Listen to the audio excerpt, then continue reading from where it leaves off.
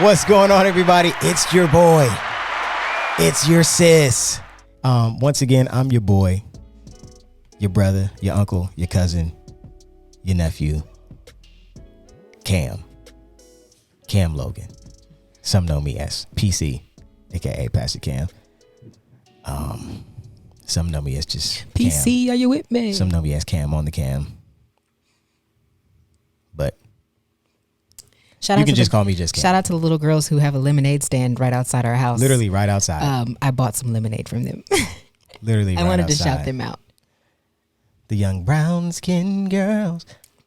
It's good. I need a little more sugar, but it's good. And then we sitting here with the lovely, the beautiful, the stylish. The stylist or the stylish? Both. Okay. The fashionista. The style queen. The stump on your necks. The get your edges together.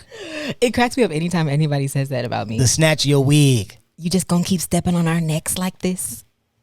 I don't know why, but I get such a strong visual when I see that phrase, step on necks. Like, I literally see somebody stepping on somebody's neck. You see somebody stepping on necks. It probably hurt too. I know. That's why I'd be like, oh, that's so aggressive. But okay, sure. Aggressive. If that's how you feel. You know?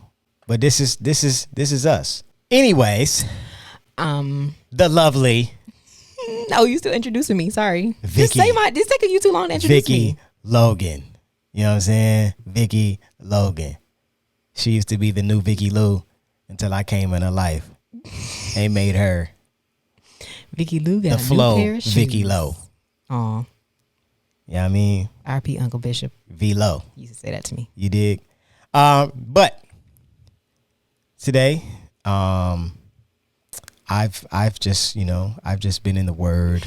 Cam's finna preach. I've been in the Word. I've been He did whole sermon prep for this one. I've been listening to wise counsel. I have been communicating with the Father. Okay. As well as gaining intel and insight on this particular topic. Because my wife said that she wanted to talk about this. And so I wanted to be prepared on another level. Okay. There were some other things that I thought it was my day to choose the topic, so I was prepared for something else. Oh, but when the word is in you. But I told you we could talk about that. It's no. I am ready for words. Oh, all right. Words with friends. Okay. You know what's funny? I literally just downloaded Words with Friends again because Raven's ad. It prompted me. Somebody challenged me and I could not turn down the challenge. So yeah, Vicky is a beast on Words with Friends. I am. I don't know my username, but I'm not that smart, so I lose every time. So no, you used to be a good competition, kind of. Yeah, because I was cheating. You were cheating? I told you this. There was the Words with Friends cheat app. And I would still win. Exactly. That's when I knew it was time to hang it up. Wow. I am. Wow. You know? Stop. No, that wasn't it. It was supposed to be this one. God. Jamie. So today we're going to talk about words, the power of your words. So go ahead and start us off, babe. No, you doing with the whole sermon. Well, you said, because if I remember correctly, in the last podcast, that's how we got to this, because we said something about word. It literally just slipped my mind. I don't remember what we said. We just said we were talking the words about are powerful. Yeah, because we said something along the lines of people used to say, you guys know the saying, sticks and stones may break my bones, but your words will never hurt me. And I said that's one of the biggest lies. We were talking about how, yeah. Yes, it's literally one of the biggest lies People can, you can ever say, because there are people literally right now that are walking around depressed, hurt, shattered, broken because of the words that people have spoke over them. Maybe it was something that their mom said. Maybe it was something that their dad said. Maybe it's something that a teacher said. Maybe it's something that someone they really cared for said, a boyfriend, a girlfriend, you know, a family member, whatever, just a friend in general. Like, oh, you suck as a, like, whatever the case may be, you know, there are so many people that are literally walking around that, yeah, even like celebrities, like some people some people feed off of that. And yeah, they said I would never, like, bro, they said that to you when you were 3 and you're still thinking about what they said that you would never be. Yeah. And so, you know, I believe, like many of us do believe, that, you know, words are the most powerful thing that many of us have. Mm-hmm. One of the things that I've learned about words is words are very powerful when they're spoken, but they're also just as powerful when they're not spoken, because it can hinder things from happening or hinder you from moving forward in life if you don't use certain words. Like, for example, if you never speak life into yourself, or if you never like have powerful words spoken over you, which you should be able to do yourself, you know, then you won't, there are certain things that you just won't get in life because you haven't spoken those words, or you haven't believed those words about yourself or whatever. So like, I've learned that words are also powerful when you don't say them as well.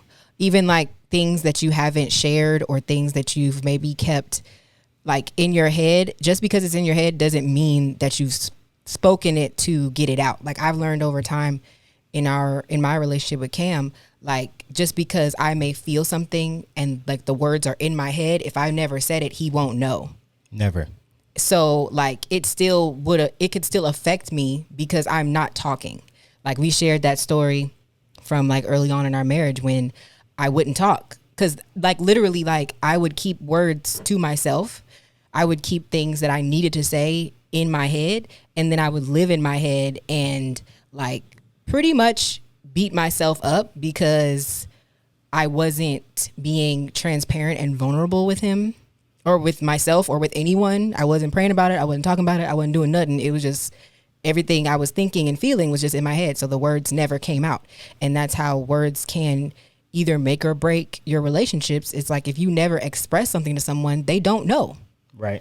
I seen this post the other day, and it was like if you didn't say it directly to me, it didn't happen. Or like, it's like, it doesn't affect me. Like, so if you feeling something about me, you never say it, then I don't know. Or if something happened and you didn't tell me, I don't know.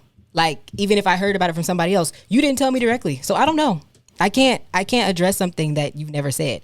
You know what I mean? Yeah. And that's the same thing. Like, I see where you're going with this. It's the same thing. Like, in our faith too, it's like we have to speak things because otherwise it doesn't exist.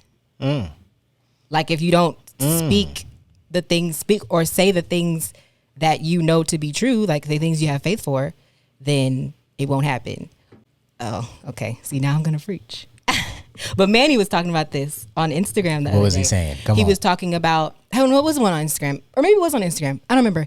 He was talking about how our culture today talks about meditation, and oh, you should meditate. Oh, this is how you meditate, blah, blah, blah. And they think it's just you sitting with your legs crossed in that position that I don't like, you know, aligning your chakras or whatever. So when people read in the Bible that you're supposed to meditate, they think that means I'm supposed to sit in the quiet and not say nothing and just sit there. But that's actually not what the Bible means by meditate. And he goes into a whole thing about what that word meditate in the Bible actually means. But basically, the Bible, when it says meditate, it means to speak over yourself, speak the word over yourself. So you're supposed to literally like verbally say things. That's why we write scriptures down and we put them everywhere in our house. And, you know, because you're supposed to say the things out loud that you believe, you know, because those words have power when they're spoken, not just when you read them and it's in your head and then you don't ever say, like, it goes away easy if you don't like repeat it. So meditation would be to speak it and say the words out loud, right? So that's why words are so important. And like when they're said, it's like when you speak something, when you say something verbally, it gives it power. It literally gives whatever was a thought, it gives it legs. Right. So thoughts can be like, they can be the catalyst for actions, but they also can die if they haven't been given power with the words. So you setting up this. Am I setting it up really good for you? Setting me up. You said something earlier that I want to go back to. Okay, when you said it in a friend's sense, whereas if you're feeling some type of way about me, and whether it's good or bad, and you never tell me, you don't give me the ability to respond or react. Right. You don't give me the ability to. You don't even get the chance to feel good about what you said, to feel relief about what you said. Right. You don't give me that liberty.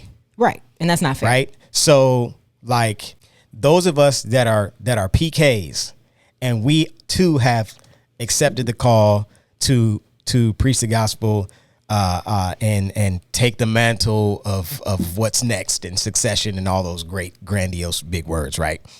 If we then are following our Father's footsteps and in our Father's shadow, and we minister or preach or whatever, even though you are my wife, and when I'm done preaching, like I literally look to you to like, bro, babe, did that make sense? Like, was that good? Like, and when you say it's good, like I feel good, right? But it always matters to me what my dad thinks. Right. And there's been times where he's, man, dude, that was man, like, and I'm like, whew, because I look to my dad, like he's been doing this for 28, 29 years. Well, we all look to our parents for approval because they birthed us. Exactly. Like, regardless of if we want to admit that or not, we look to them need for their approval. Period. Right. We need period. their approval. If we have healthy relationships, even if we don't, you are looking for that. You'll look for it somewhere else, but you want that approval. Exactly. Oh, you just said it. You're saying you're okay. Saying things. So we look to our fathers for the approval that we so desperately desire. Yes. Even if we don't feel it's as desperate as we think it is. Yeah. Right. Yeah. And so the moment he gives me, constructive criticism, I feel a certain way. Because I'm like, man, like I thought, you know what I'm saying? I thought I did. It low-key hurts. It hurts. Yeah. It hurts because words have power. Words are not just things that we say that pass our larynx and come out of our mouth and just a breath of words and stuff that we say in gibberish. No. Words literally have life-giving and life-destroying power. Yep. And that's what's so powerful. Like when you were talking about like how like you look for your dad's approval, like everybody does, but we don't even, like a lot of people don't have their father in their life, or they don't have a good relationship with their father, but they still want that approval. So they're going to get it from somewhere, which is how we end up with a lot of people who outsource their validation through friends, people they watch on TV, people they can look up to. They find somebody or something to validate them. It could be, another person. It could be money. It could be they skin color. Yep. Some people use anything to validate themselves and make them feel better about themselves because nobody told them. And that's why those words are so important, which is why we need healthy families, healthy relationships, which is why we do this podcast, because we want y'all to have healthy relationships. So your kids don't go out looking for no validation and approval and words from somebody who don't really love them or care about them or can't give it to them. Outside of the ecosystem. Where it's healthy. Yes. Yeah. This is why I said what I said. And I believe it was the last podcast about my idea or my ideal idea of marriage. Well, it came from the word, right? Because everything that we do inside of the ecosystem of God, when we do things his way because it's his idea, right? I'll use this example. Those of us know, many of you, 75% of you have gotten furniture from IKEA at some point? Like, let's just be honest. Put your hand up. Raise your hand. Ain't nothing wrong with IKEA. And there is nothing wrong with IKEA. And I'm not about to bash IKEA or anything like that. I'm just going to say this. However, When you get home after you have seen in the store or online what was built, then you go to the level where what you see what was built is in its package and it's contained. Then you have to take what's packaged and contained and then build what you saw, assemble what you saw, right? If you don't use the directions, you will assemble it wrong 99.9% of the time, because they are going to give you additional pieces, additional screws, because they know you're going to lose You're going to use a torque wrench and you're going to use a power drill when you don't need to, because they tell you to hand tighten it. Because if you tighten it too hard, then it's going to split it's going to split through that little cheap wood. And it messes it up. And you're going to mess up your whole thing, right? I learned that too many times. So when we do things outside of the direction of God, we find ourselves in pickles and situations where, oops, I have now drilled a hole where I should have put a thumbtack. Yes. Right? And that hole does not get filled easily. And so this is why I always say, whatever we do as believers, we have to do it and follow the manual, right? This is why this is also why our words are important. Like the Lego man. Like the Lego man. I need my instructions. You do, right? This is why. So we know words are so powerful that the earth and the universe was formed with a word from God. It was literally a word. Right? Mm-hmm. You don't believe me? Read Hebrews 11. Verse 3. Okay, here you go. Here was notes. These are you for. Write it down. This is for you Bible readers. For those of you that said we was just making up stuff on this other podcast. Okay. This is for the Bible readers. Words. All right. You said some words. Okay. Now Cam is on fire. Words do not only create life and joy and happiness and create emotions that make us feel, but words also can create lacerations and wounds and scars.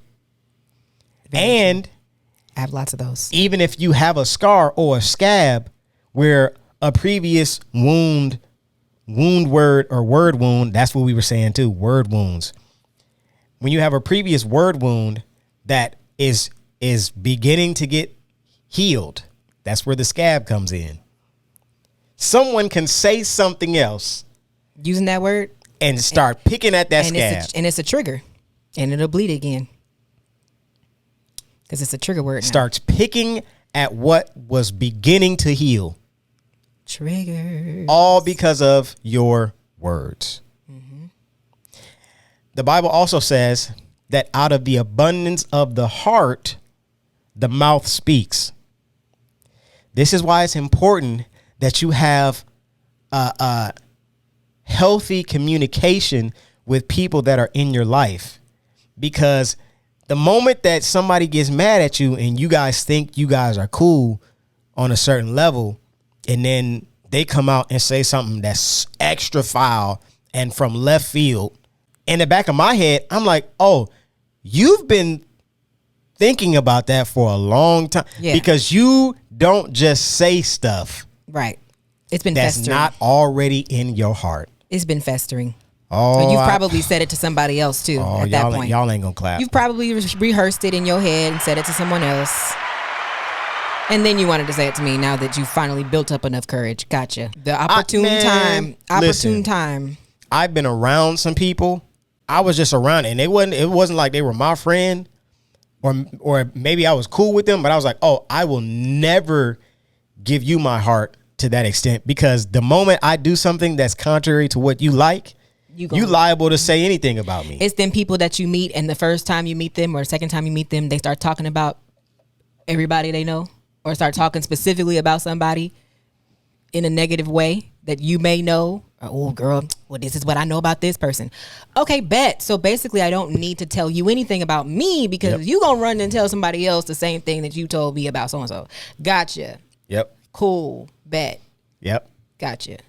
We have to be careful about that transparency line is real thin, and people be thinking, well, if I'm transparent with this person, then they'll be my friend. Actually, I'm keeping tabs on you. Like, I'm actually calculating. I'm an observant person, and I think this is what we was going to talk about, but I'm also defensive. So when I meet people, I observe first, and I don't get close to people. It takes a lot for me to get close to them and open up to them. Once we're friends and I feel like I'm comfortable and I can trust you enough, I'm an open book. But for the most part, I am very observant when I meet people, and I watch how they talk and how they move. What words do you use, how you use them in conversation with me when you don't even know me. And if you start mouthing off about stuff that ain't none of my business, then I know you're probably not the person that I'm going to be talking to afterwards.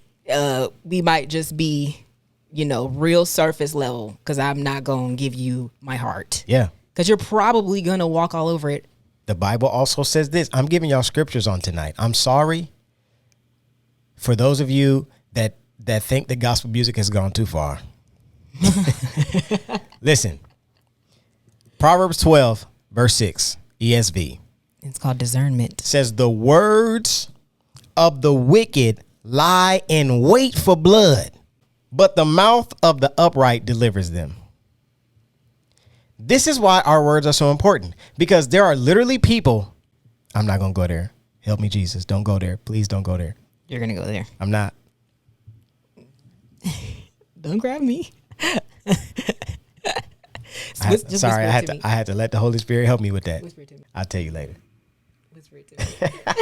I want to know. Help me, Holy Ghost. I want to know. There are Can you people. show me? I want to know. There are people groups. There are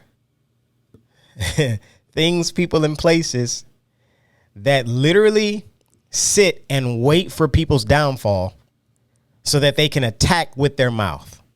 Yes. Or their fingers.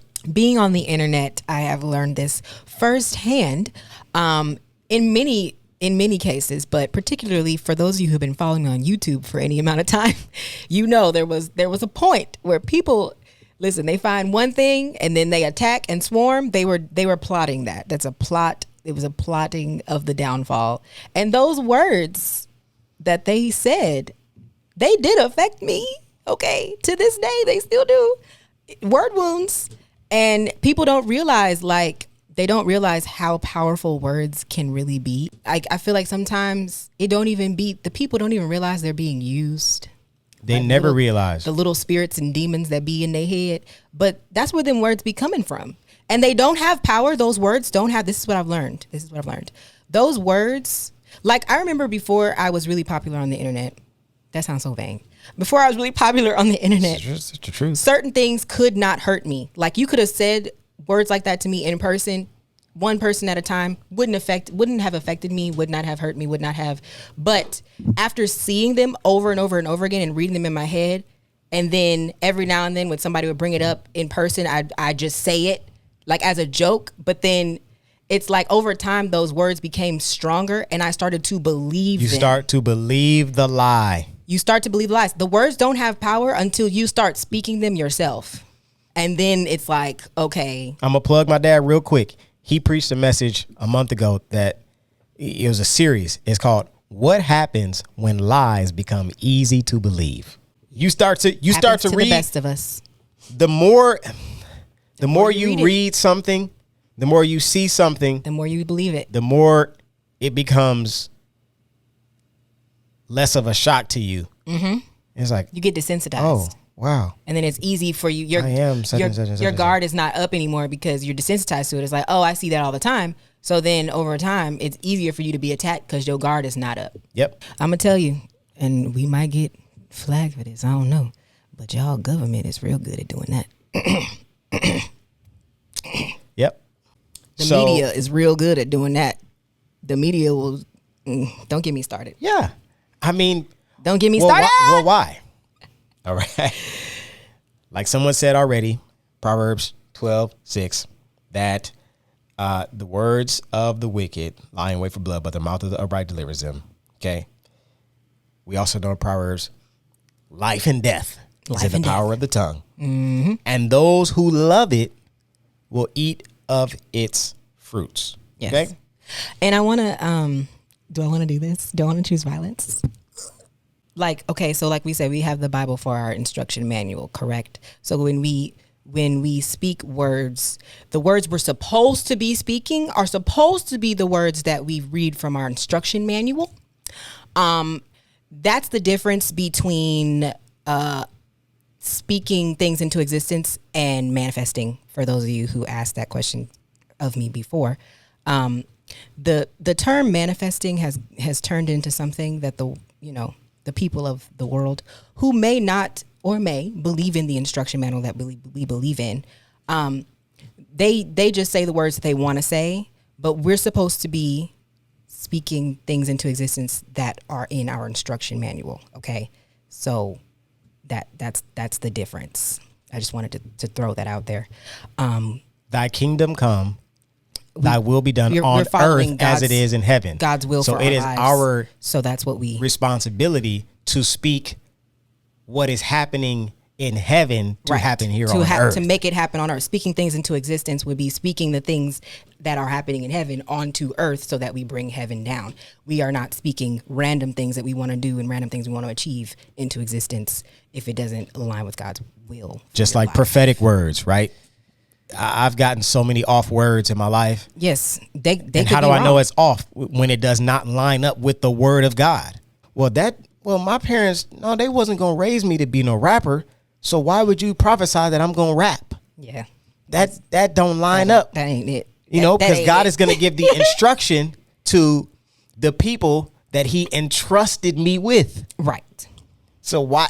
So this is why you got to be watchful. You got to be watchful. And you got to have discernment into your life. Discernment. Who's prophesying to you? Okay, first of all, is it in the word?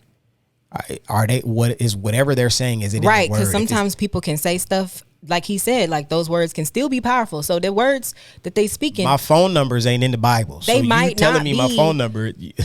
They might not be words that you needed to hear, but it sounded like something you wanted to hear. So then you go based on that, but then you derail in your whole life going off of something that somebody said that ain't got nothing to do with you. They just came up. They might not be of God.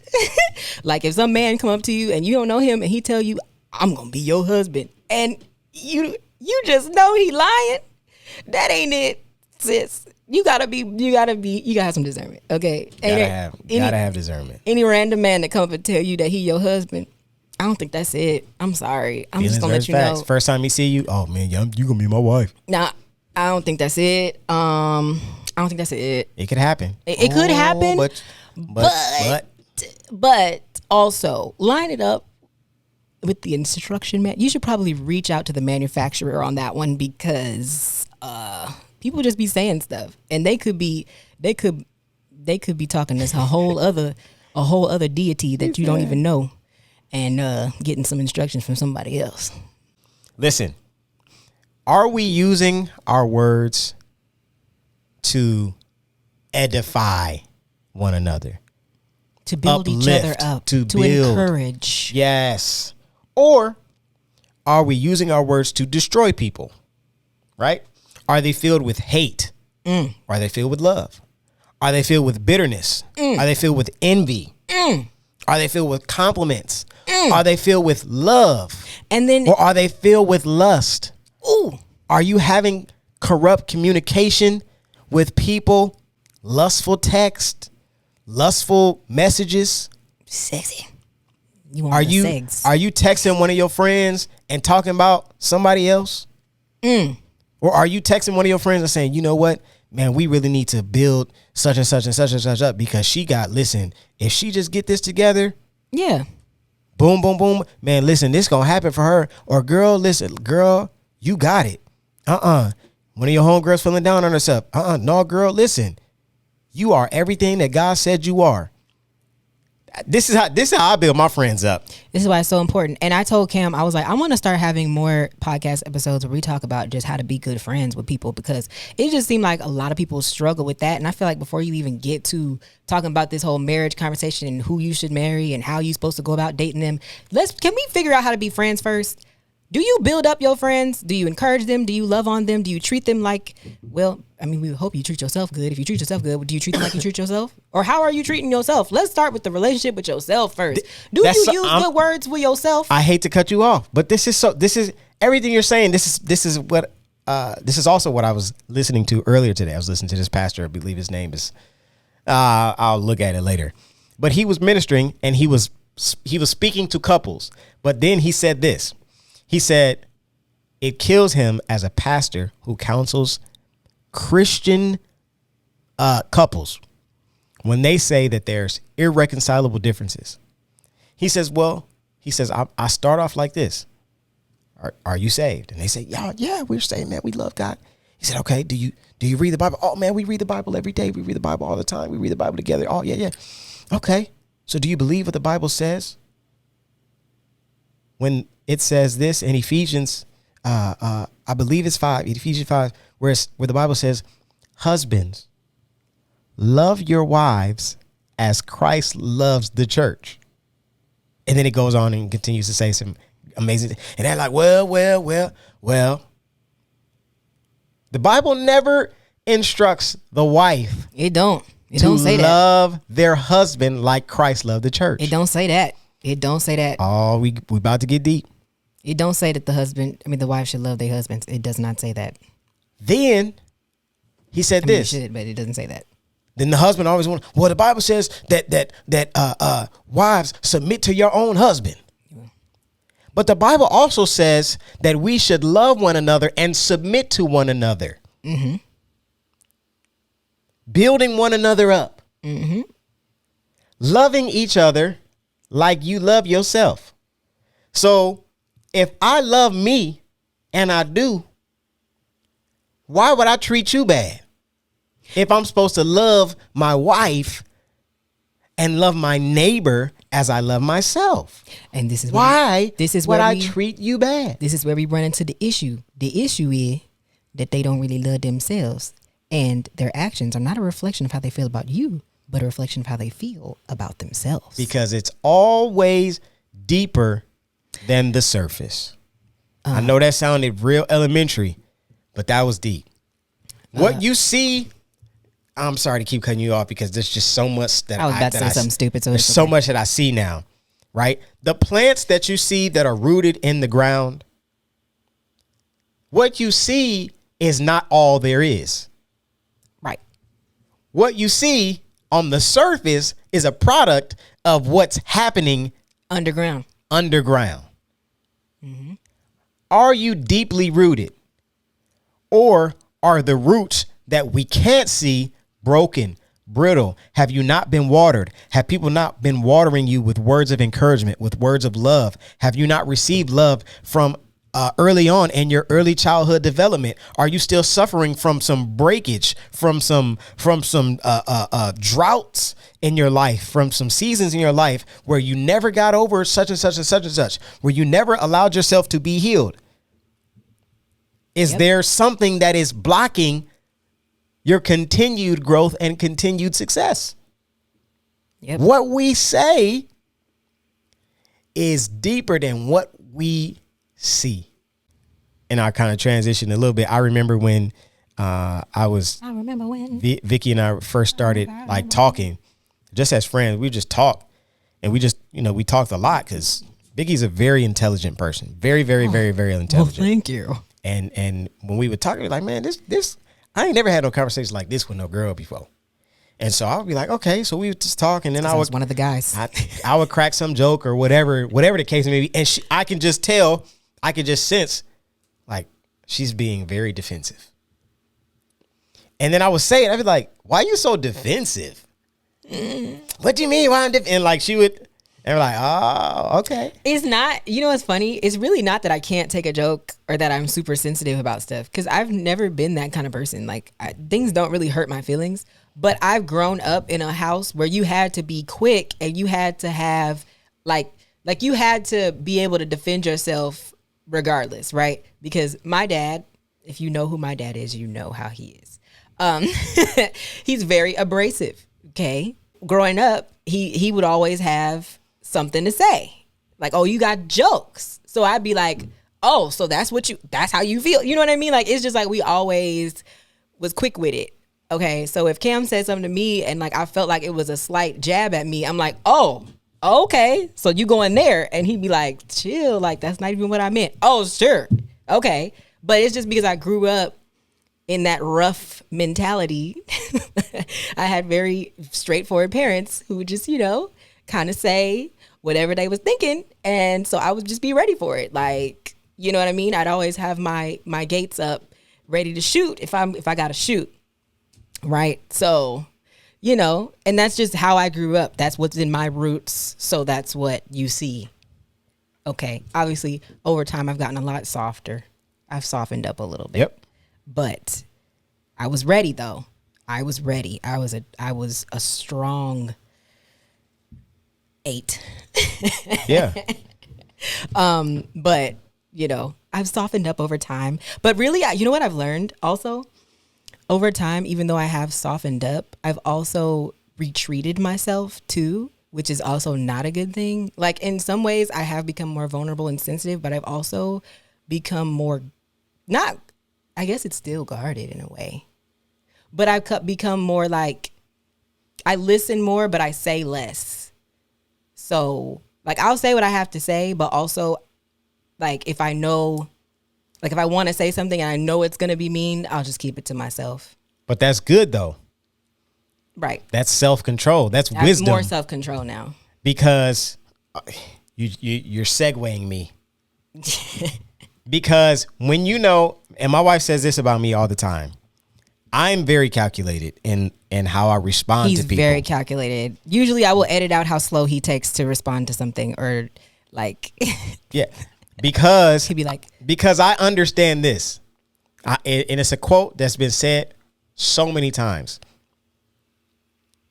People oftentimes won't remember what you said, but they'll remember how you made them feel.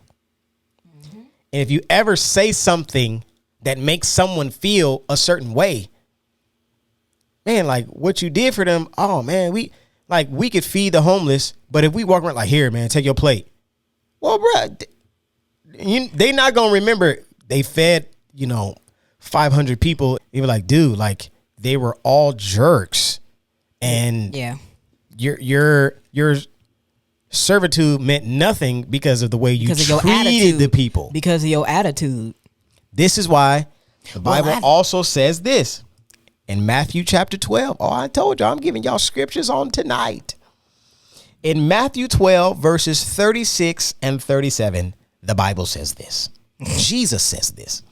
I tell you, on the day of judgment, people will give account for every careless word they speak. Not just pastors. We always make this scripture and make scriptures like this about pastors. Oh, pastor, you're going to have to answer for what you said to the people. No. It says, I tell you, on the day of judgment, people will give account for every careless word they speak. For by your words, you will be justified, and by your words, you will be condemned. This is not what I'm saying. I love when preachers go, hey, I'm not telling you Don't get mad my at me. opinion. Oh, but I'm telling you what the word says. Well, and then, but still, like, even before that point, it's like your reputation is going to be followed by the words you speak and like how people perceive. Like, okay, let's use a positive example. Everybody knows Miss Tabitha Brown. Auntie Tab. We all love Tab. Why do we all love Tab? Because every day she has something positive to say. She has the most sweet Georgia peach, yes, cobbler, apple pie words to say. They're always so, it just feels, we had a whole group chat about Tab one time. We did. He was just like, right after the Wendy situation. I've never seen her talk before, but she just brought me to such peace. Like, she gave me such peace when she was talking. It's the way that I wish I could be like that. I'm still a little abrasive. I follow Auntie Tab. I'm not vegan, and 90% of the time, like, I'm not going to buy none of her recipes, none of that. But I just love to listen to someone that is going to speak life into you every time you scroll down your feed. And she will, and even the way she clapped back at Wendy was so. It didn't even feel bad. She treated her life but she laced it with grace and love. So sweet. Like, it was just so, I was like, wow. Like, because here's the thing. I keep cutting you off, and I know it's going to be a lot of feminist comments on here talking about, Cam, you'd never give your wife opportunity to speak. Okay. Watch the other 23 episodes that we have. Go with God. Okay. Okay. Go with God. But she was able to identify this. This is also why I take time in responding the way that I do to certain things, is because I understand that everybody wasn't raised in a healthy situation. Everybody did not experience love like certain people experience love. I'm not even gonna make it about me, because somebody said we're just talking so condescendingly to those of us that have not experienced that. Some people in the comments words have gotten to Cam. All right, go with he God. Is going in today. Go with God. I feel apostolic on tonight. Go with God. Hear this. The reason Tabitha was able to respond the way she did is because she didn't see Wendy, the flower that's rooted above ground. She saw the roots, the brokenness of the roots, and that's why you have to have the ground. That's why you have to have strong discernment, and you have to understand. And I tell people this all the time. Most of the time, people's actions are not about you. They're about them and what they've gone through and what they're hurt by. So usually if somebody hurts you or is seeking to hurt you or says something or does something mean to you, it's not even your fault. It's not about you. That's why you have to forgive people, because it's not you. They're not attacking you. Forgiveness is not about themselves. It's about you. Yes, because then you'll grow roots of anger and bitterness, and then you'll treat people the same way that they treated you, because it's not even about you. It was about them and what they went through. So you know what I'm saying? It's the thing behind the thing. It's the thing behind the thing. And that's why I'd be like, okay, you have to understand like what is going on in your heart and in your mind, whatever you're going through, you have to heal that before you can properly have healthy relationships, because whatever's going on in you is going to be amplified through somebody else, because they're probably going to do something or say something that's going to trigger you. Like it's most likely going to happen. It's going to come up at some point. Whatever in those compartments, at some point, you're going to be triggered, and they're going to see that. So you can't hide from them. Whatever you went through, whatever's happened in your life to you, you can't hide it from them. So either A, going to have to deal with it, or talk about it, or do both. Deal with it and talk about it with them, so that there's an understanding there. You know what I mean? That's very important, especially for like building romantic marriage type relationships too. That's super important, because you're spending your life with this person. Okay. So you have to be able to understand each other on a deeper level than just what y'all like and what stuff y'all have in common. Like, we got to really know each other. Girl, you preaching.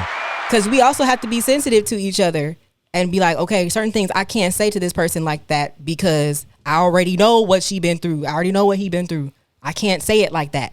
Dwell together with one another. You have to learn each other. Knowledge. You have to learn how to support one another. Like we talked about last week. Nobody saw it because it was on the Patreon live that we did, but they were asking, how do you support your spouse through grief and pain and struggles and all this stuff, good and bad? How do you support your spouse? You have to learn them. Yeah. And how do you do that? By talking with words. Communication. Verbal communication. Effective communication. That's how you build relationships, through communication. Communication is not talking. Communication is not listening. Communication is talking and listening. Mm-hmm.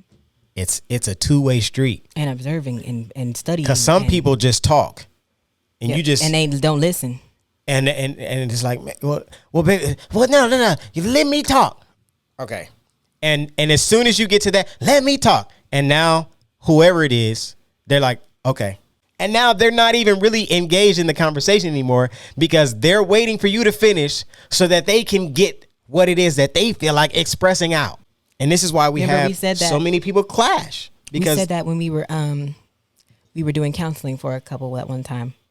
And we were talking about the difference between like communicating just to get your feelings out and communicating to actually get an understanding. You cannot communicate, like you cannot listen to somebody just to have a rebuttal. Like listening just to respond. Like, okay, I'm listening, but I still have my thoughts and my feel. Like, that's not listening. You're not being sensitive to them. You're still sensitive to you. Yep. And how you feel.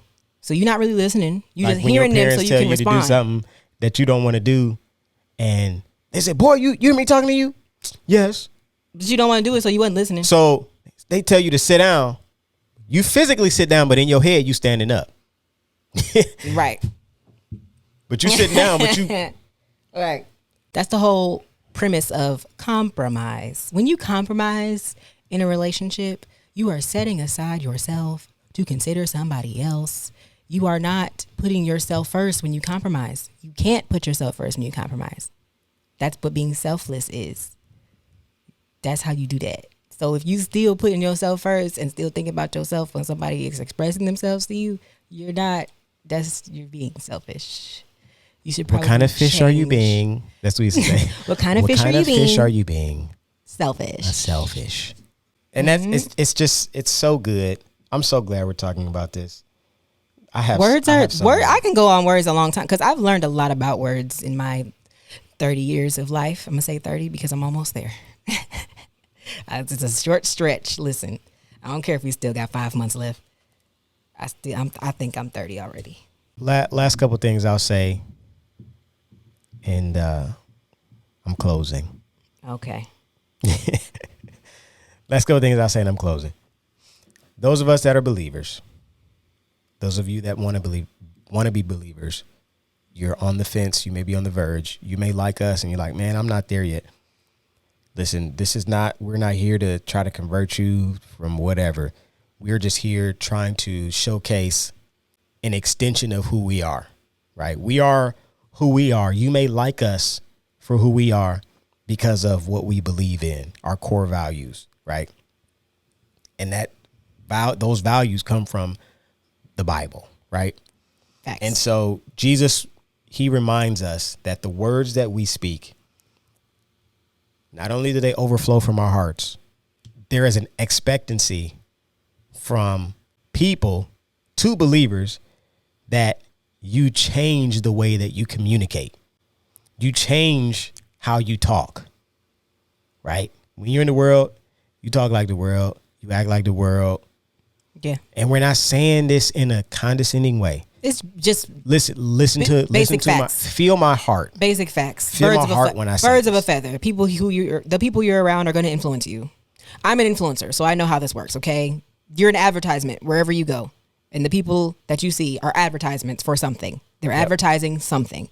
So when you're walking around, everybody has some kind of influence. They're either influence you to do good or do bad. Influence you to believe one way or believe the other way. So it's just, there's always some type of influence. You have to decide for yourself what you are going to be influenced by, but whoever you hang around the most is where you're going to get your influence from.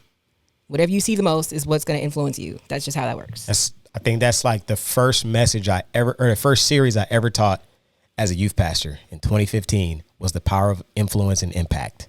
Everybody has influence and impact. I understand, and I'll get back to what I was saying, because I understand how impressionable youth and young people are. They're constantly looking up to someone or something, and those who they gravitate towards, they are more likely to emulate or imitate. Blessings. You owe me a soda. Right. And so that's very true, though. When you're a teenager, you're so impressionable. Like, think about how impressionable we were when we were teenagers. Like, the stuff we watched and the stuff that we, like, for instance, I was a huge Disney Channel fan. Okay. I loved Raven-Symoné. That's So Raven was my favorite. I was in the Raven-Symoné fan club. I was on the forum. I used to meet all the Raven-Symoné fans. Like, it was a serious thing. I had her pictures on my wall. It was serious. Literally everything, all my jokes and everything that I used to say came from That's So Raven. All of the things that I liked, the music that I listened to, that was my influence, my inner rim circle. That was what influenced me, watching Disney Channel. So things I say now probably came from Disney Channel. That's just how it was. Okay. Yeah. These kids nowadays, they have to have something to look up to. They probably watch people on TikTok all day, every day. They can do all the dances and, all this stuff. And I'm just like, what is that? But that's what they know. Right. They know the internet is influencing them. Literally, you become what you consume. You become what, yeah.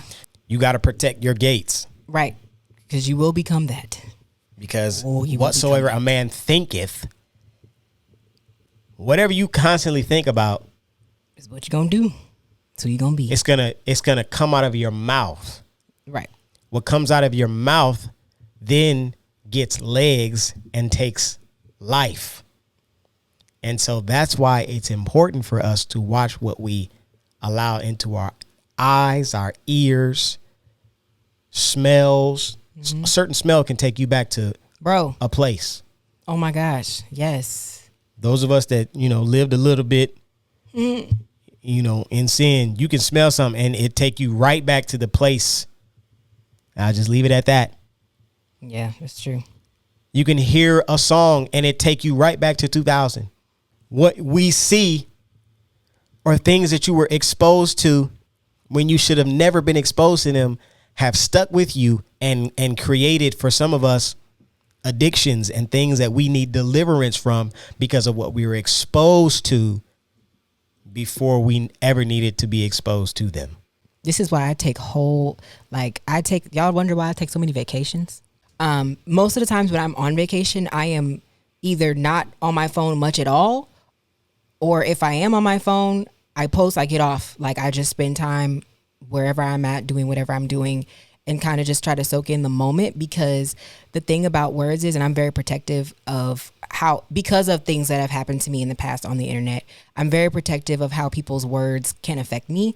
So like, even when we are doing something fun, or even like if there's something going on in our lives that I'm excited about, we do try to hold off from posting about it or talking about it until it's done, because I don't want those people's words to ruin how I feel about a moment or change how I feel about a moment, because words can be that powerful. Things people can say can really deter my mind from having a happy moment to now I'm feeling like stressed out or upset because somebody said, a comment or something like that. You know what I mean? Yep. So I try to wait until I get back before I start posting all my pics, or, because I don't want nobody to ruin that moment for me. And like, it's sad that like I have to live my life like that, but that's how it is. Like, you just don't want those words to affect you all the time. So like, I make sure I take breaks from social media, take breaks from reading all the comments and sifting through the good and the bad, trying to delete stuff, I can't do that as much as I used to. I used to sit online and look at how people talked about me all day, every day. Mm-hmm. And it literally brought me to a depressed point where I had to people wonder why I don't do YouTube as much as I used to. It affected me. So like, now I'm like slowly trying to work my way back on. Like, okay, give yourself time. Because there's a scar there. There's trauma there. There's trauma there. It's like, when you read stuff about you for so long, it can literally change the way you think about yourself. I thought I was immune to that because I had a good confidence. Well, we also begin to believe the lie that we tell ourselves. Right. And basically what you were saying to yourself is, oh yeah, that don't affect me, when really it did. And I watched it happen to you. Right. And that's why I would try to continue to speak life into you. And you have to be able to identify this in the people that you love as well. I'm talking to y'all now. Because I can sit there and be like, oh man, yeah, they are saying this about you. Or I can repeat to her what I know God is saying about her. Right. Because the thing is, the devil knows your weaknesses. He knows what your weaknesses are. So it's not like people would just say any random thing to me and that's going to affect me. No, because if I know it's not true, then I'm not going to believe it. But if it's already something that I struggle with, and then that's brought up, it's like, okay, now I'm struggling with this. Why would you say that? So then it's like, that will start eating up at you and affecting you, because there's certain things, like, I'm hard on myself, you're hard on yourself. There's certain things we're hard on ourselves about. Mm-hmm. So it's scary when somebody can point that out and you'd be like, okay, I've already beat myself up about that. So like, why would you say that? Yeah. Jonathan Rivers wrote it in the song. The devil, he learns from your mistakes, even if you don't. He knows what you sensitive about. So it's like, this ain't like. Why we go in cycles. Yeah. You're never going to get attacked with something that don't affect you. Never. You're never tempted with, you are never. That's why people, I try to help people all the time. It's like, why am I tempted by this? Because you like that. Because you like it. Like that's something That's how that it you is. like. And like that's why you have to be. That's why one, you have to heal from all your issues and your traumas before you start trying to be in a romantic relationship, because the wrong person can come up and they can touch all your soft spots figuratively, and know exactly what to say to be like. So you'll be like, oh well, you know what I mean? That's something that you needed help with, but they saw that and could easily manipulate you because they can point to that and make you feel better about it temporarily, but they don't really they don't really love you like that. Yep. So they're manipulating you. Yep. There's a famous quote that says, how powerful would we be if we only believed what God said about us? Where would I be in my life if I literally only believed what God said about me? Where would you be? Just think right now, just take a moment, close your eyes, and just think, where would you be if you only believed what God said about you? Just think about our lives now. Where would we be if we hadn't met Jesus? Oh, Jesus. Okay. Or our spouse? Man, I tell you this all the time, y'all. Y'all hear me say this all the time. Jesus saved me first, but Cam saved me second. And a lot of the reason why Jesus saved me is because Cam was there to give me the nudge. But Cam rescued God gives me. Us people. He rescued me. That's why you got to treat people from right. The most toxic moments of my life. He like every single time I was in a bad situation or in somebody's house I shouldn't have been, doing something I shouldn't have been doing, Cam would text me every time. Literally saved my life. Y'all, God knows. We don't know. That's why I love this dude. I didn't know that some of this stuff. I just learned. He didn't even know. I just learned when we got married. He didn't even know. Some of this stuff. I wasn't texting her to be a pastor. No, he literally just would be like, hey, what you doing? Like, what's up? Do you I'm want off to work. Skype? Like, I could text now. Like, what's good? That's it. And I'd just be like, boom. But the thing is, I didn't know, but God knows everything. And the thing is, I still had a choice. Let's be clear. Let's be clear. I'm using your phrase now. Let's be clear. You always have a choice. You have a choice. You're given the option every single time. God will always give the option. Okay. So I don't know who that's for, but you have free will. You always have a choice. Choosing is love. Love is a choice. Choosing is love. Just wanted to say that. I chose Cam because deep down, I knew that I really loved him. But just like friend love. Like it wasn't even like, oh my God, he's my husband. I have to leave because my husband is No, it was like, man, I love this guy. I'm not going to do him like this. Let me go home and talk to him. God is a gentleman. He don't force nobody. And that's what frustrates me about the way the world portrays Christianity and like God and all of what we do and what we believe. They try to make it seem like we try to force things on people. No.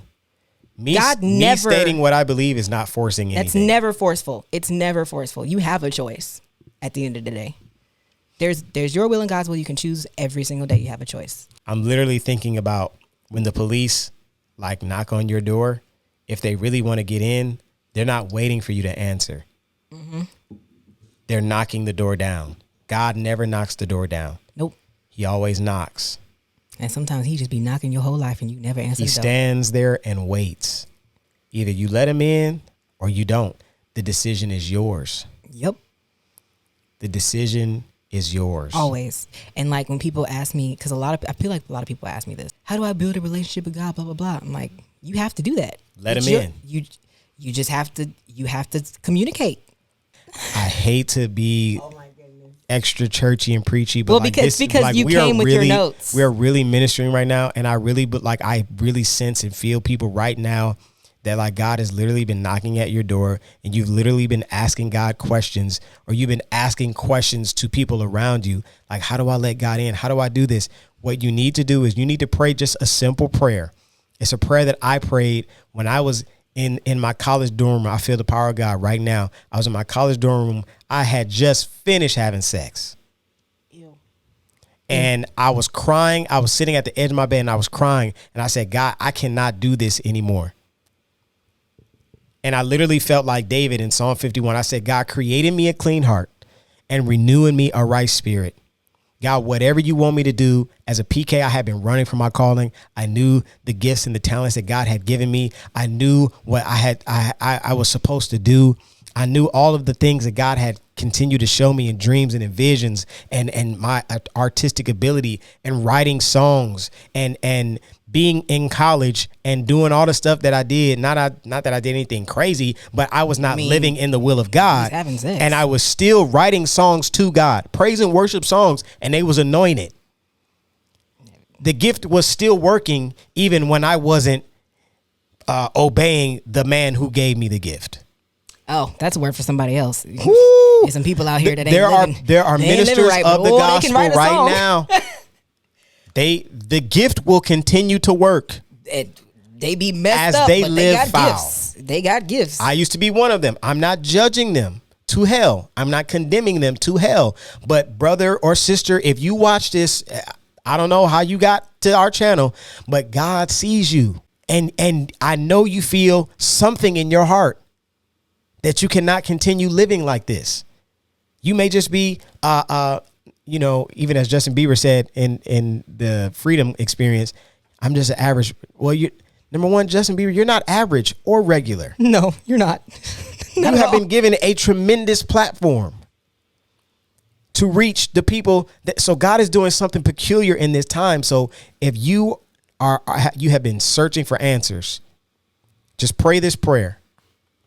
God, whatever you want me to do, I'll do it. It's a scary prayer. That's the scariest prayer you can pray. I did an Instagram live. You can go to my Instagram. It's called Dangerous Prayers. That's dangerous. There are some very dangerous prayers that we can pray. And it ain't talking about taking down the government and taking down and how do I bust up all the conspiracy theories. No.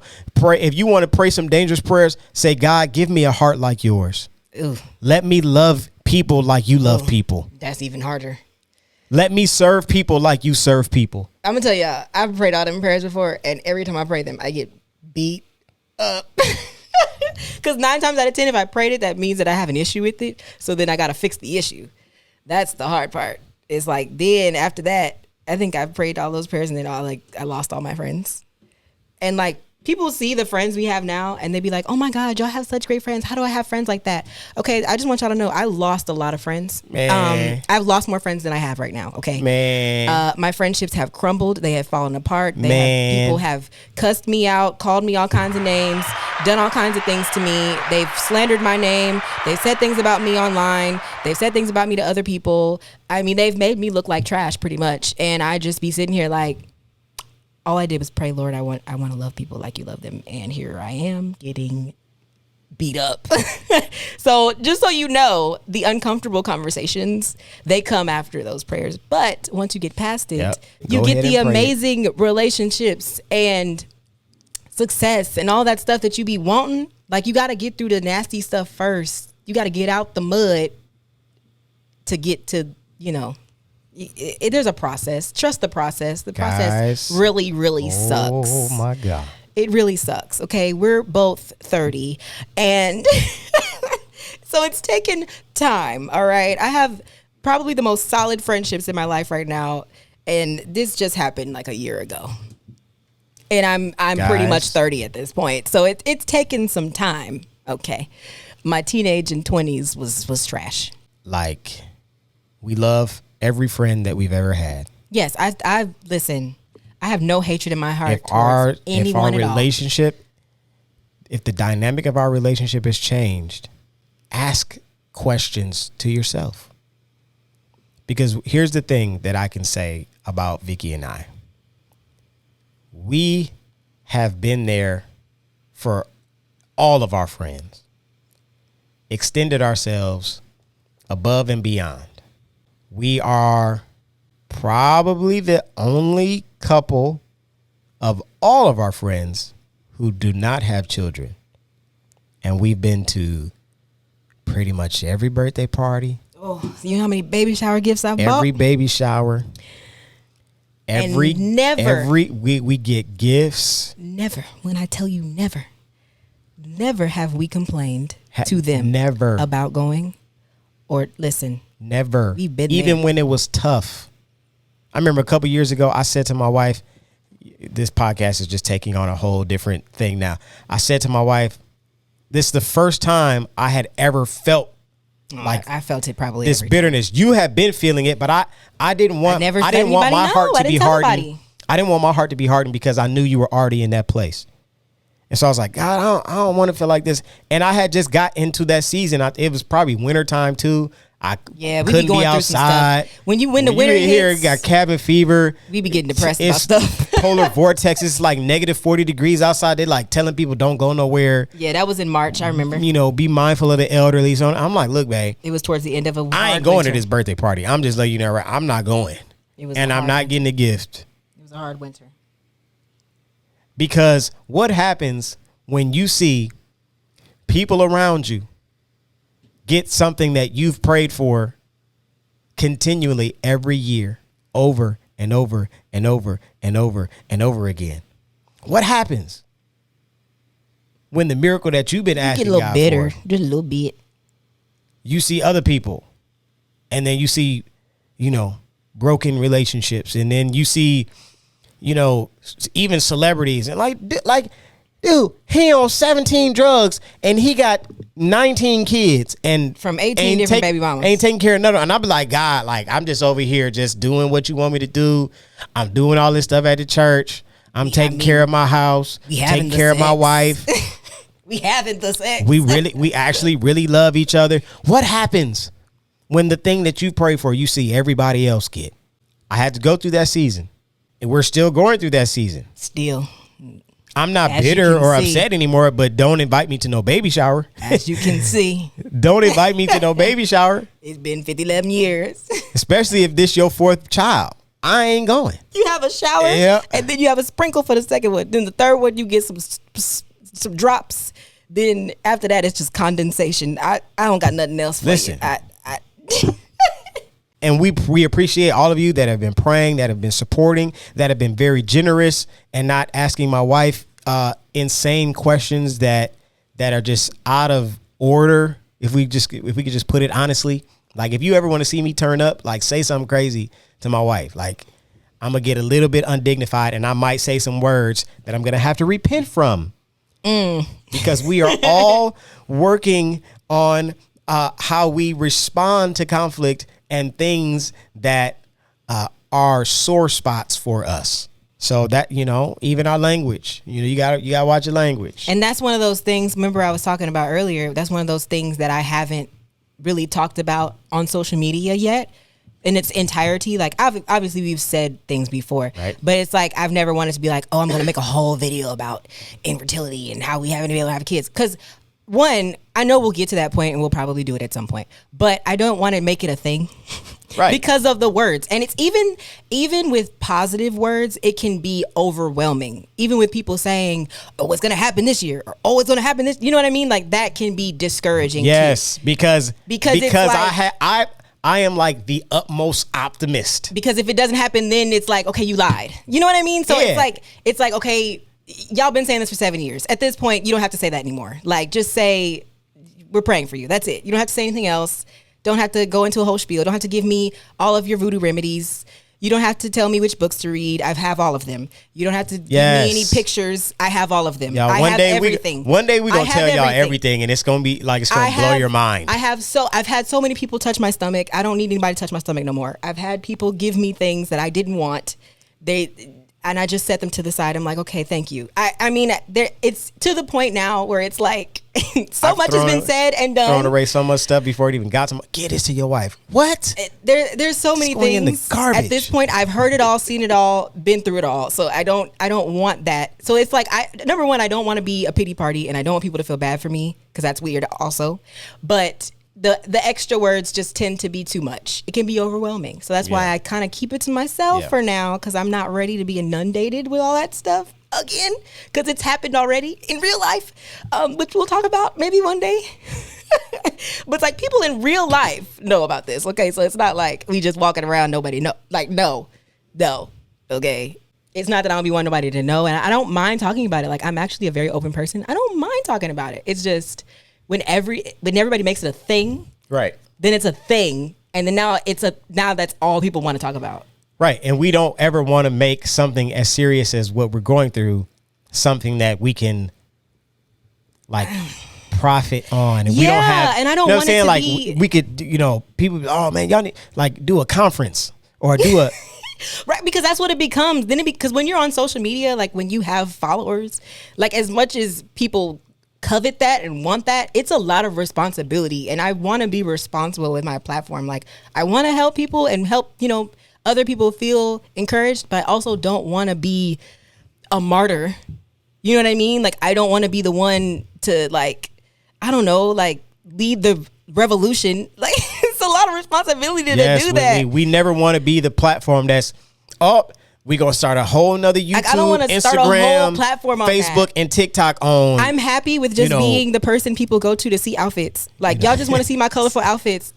I'm good with just that right now. I'm good with that because it keeps my mind off of the things that I'm, you know, dealing with. It kind of helps. It's therapy for me to not talk about it. So, you know what I mean? So that's why if it seems like I don't want to talk about it, that's why. Because I don't. Yep. I don't. Like, it's not like I don't care. It's just, I'd rather not because it's a whole thing. There's a whole thing. It's a whole thing. You know, and I've always been one of those kind of private people anyways, but even still, like, the words can be so much. They can be really heavy, good or bad. Right. Yeah, man. Be mindful of your words. Be mindful of we went on a whole 22-minute tangent. But no, that's a word for somebody because some of y'all friends be going through stuff you don't know about and you need to be mindful of your words because you never know what they're going through. Be mindful.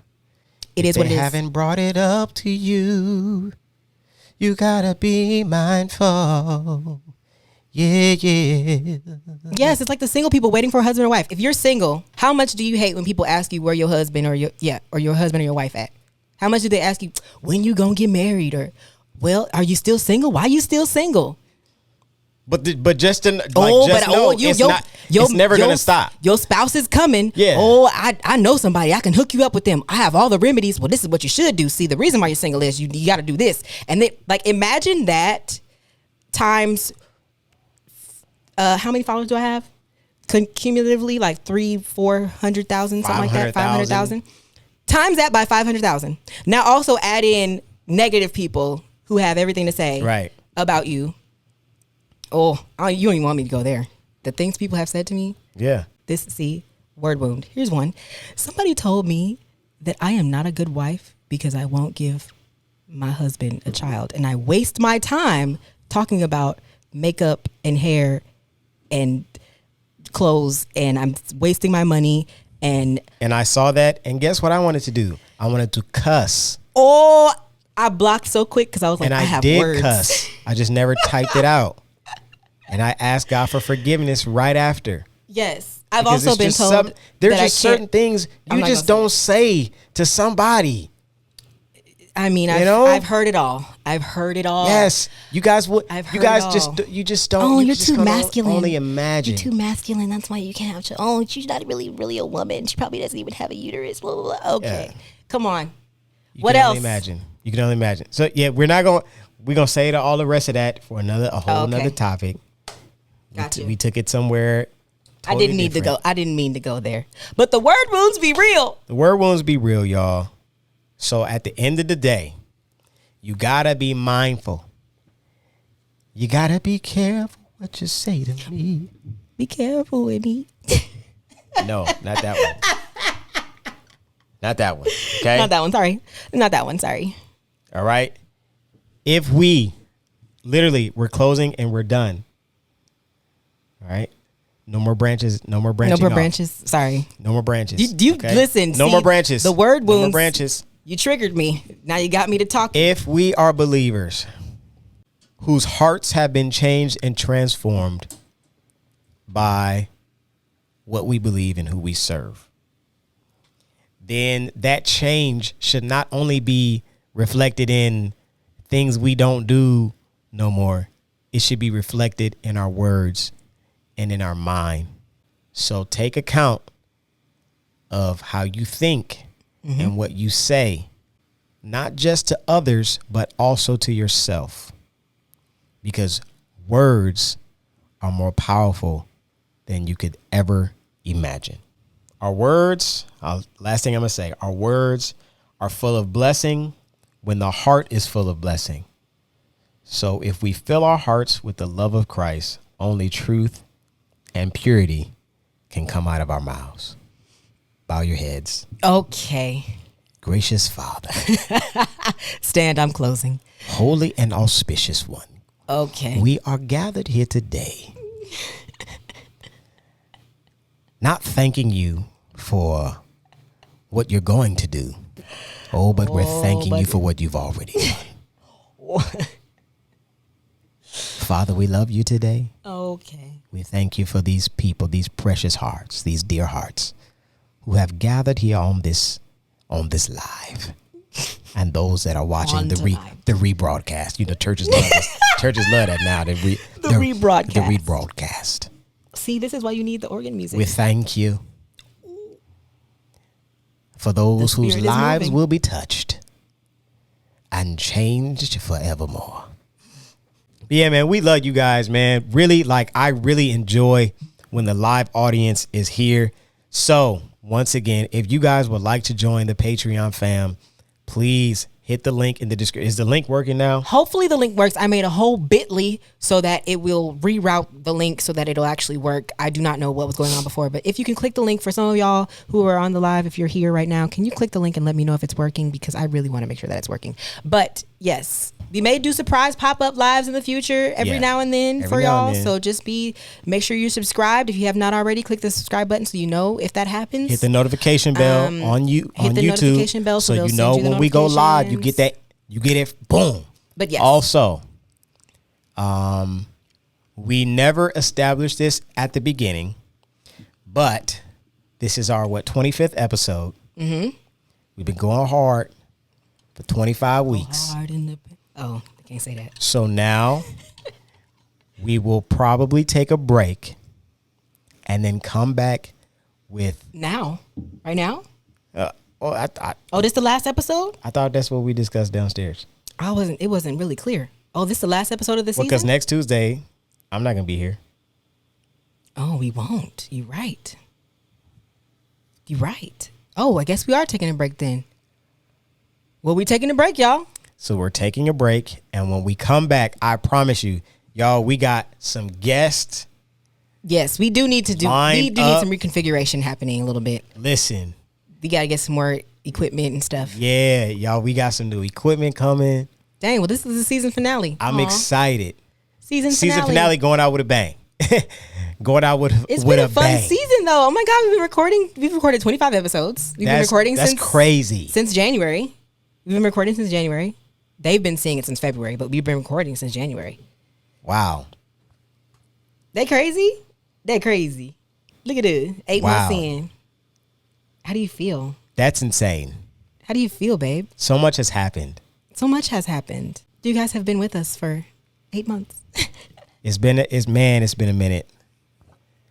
It's been a minute. So the break is not going to be long. No, probably just like a couple weeks. But make sure y'all run the numbers up on the other videos. And we need to come back, revamp, retool. See what worked, see what didn't.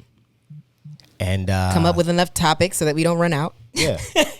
We're learning. Yeah, there'll be some.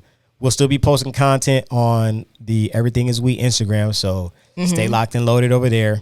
If you're not following, please go over to Instagram. Follow us. Everything Is We. We post reels, bloopers, IGTV videos. We might go live a few times for Patreon fam. Yeah. While we're reconfiguring. For sure.